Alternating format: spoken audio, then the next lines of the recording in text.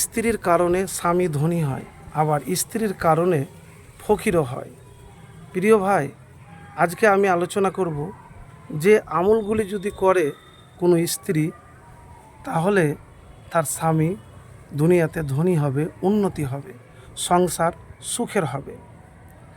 প্রিয় ভাই, আমি যে আমলের কথা বলবো, কোনো নারী যদি নিয়মিত রাতে সূরা ওয়াকিয়া পাঠ করে, আর দ্বিতীয় আমল হলো তাহাজ্জুদ নামাজ পড়ে হাত উঠিয়ে দোয়া করে, তাহলে তার জীবনে অভাব অনটন আসবে না। এবারে আমি যে কথা বললাম, আমার কোনো বানানো কথা বললাম না। সূরা ওয়াকিয়ার ব্যাপারে বলা হয়েছে যে কেউ যদি নিয়মিত এই সূরা পাঠ করে, রাসূলুল্লাহ সাল্লাল্লাহু আলাইহি সাল্লাম বলেছেন, তাহলে তার রিজিকের কখনো অভাব হবে না, এবং এটি সহি হাদিস। আর তাহাজ্জুদ নামাজের পরে হাত উঠিয়ে দোয়া করলে আপনার যে চাইবেন, ধরেন আপনার স্বামীর চাকরি নাই বা কোনো বড় ব্যবসা নাই, অভাবে আছে, তো ওই সময়তে গভীর রাত্রে তাহাজ্জুদের নামাজ পড়ে যদি সে দোয়া করে, তাহলে দোয়া কবুলের সম্ভাবনা বেশি, এবং লাগাতার করতে গেলে ইনশাআল্লাহ কবুল হবেই, যদি সে চেষ্টা রাখে আর আল্লাহর প্রতি ভরসা রাখে। তো কোনো স্ত্রী এই দুইটি কাজ, এই দুইটি আমল যদি করে, তাহলে আর কিছু লাগবে না। 3 নম্বর আমল হলো ইস্তেগফার পাঠ করা। ইস্তেগফারের ব্যাপারে আপনাকে এতটুকুন বলবো যে হাদিস থেকে যা পাওয়া যায়, নবীজি সাল্লাল্লাহু আলাইহি ওয়াসাল্লাম বলেছেন, যে বেশি ইস্তেগফার পাঠ করবে, আল্লাহ তাআলা তাকে এমন জায়গা থেকে রিজিক দিবে যা সে কল্পনা করতে পারবে না।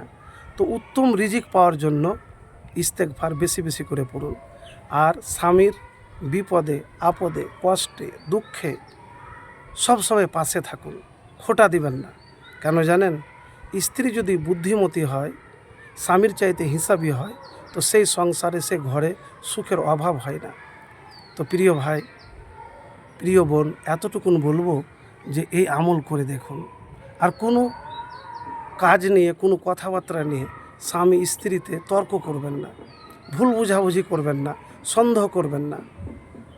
আর স্ত্রীর নেককার যদি হয়, তাহলে স্বামীর আর দুনিয়াতে কিছু লাগে না।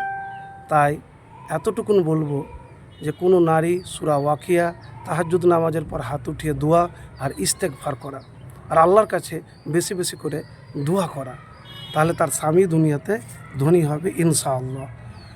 আর যে কাজ করতে গেলে স্বামী আবার ফকিরও হয়। আমি প্রথমেই বলেছি যে সংসারের মূল স্তম্ভ হলো স্ত্রী। সে যদি বুদ্ধিমতী জ্ঞানী হয়, তাহলে সংসারে অভাব হয় না। তো যা সংসারে ইনকাম হচ্ছে, তার চাইতে যদি আপনি দ্বিগুণ খরচ করেন, বা স্বামীর ইনকামের আপনার হিসাব কিতাব নাই, তাহলে ওই সংসারে কোনো বরকত থাকে না। আর যে স্ত্রী নাশুকরিয়া করবে, স্বামীর মুখে তর্ক করবে, তার পরিবার বাদ দিয়ে নিজের বাপ বা মায়ের পরিবারে টান বেশি থাকবে, স্বামীর কষ্টকে কষ্ট বুঝবে না। আর স্বামীর আওয়াজ থেকে স্ত্রীর মুখের আওয়াজ যদি বেশি হয়, তাহলে ওই সংসারে বরকত আসে না। তাই এতটুকুন বলবো যে অনেক সংসার আমি দেখেছি যে ভালো ইনকাম করছে, তবুও কিন্তু বরকত নাই, সংসারে অভাব দূর হয় না। কারণ কি জানেন? নাশুকরিয়া। কোনো স্ত্রী যদি নাশুকরিয়া করে, তাহলে সেই সংসারে কখনো সুখ আসে না। তাই প্রিয় বোন, প্রিয় ভাই, এতটুকুন বলবো যে কষ্টে দুঃখে সুখে সবসময় আল্লাহর শুকরিয়া আদায় করবেন, তাহলে দুনিয়ার জীবনও সুখের হবে আর অভাবও দূর হবে। আল্লাহ যা দিয়েছে, যতটুকুন দিয়েছে, সে জিনিসের প্রতি আপনাকে শুকরিয়া আদায় করতে হবে। আলহামদুলিল্লাহ।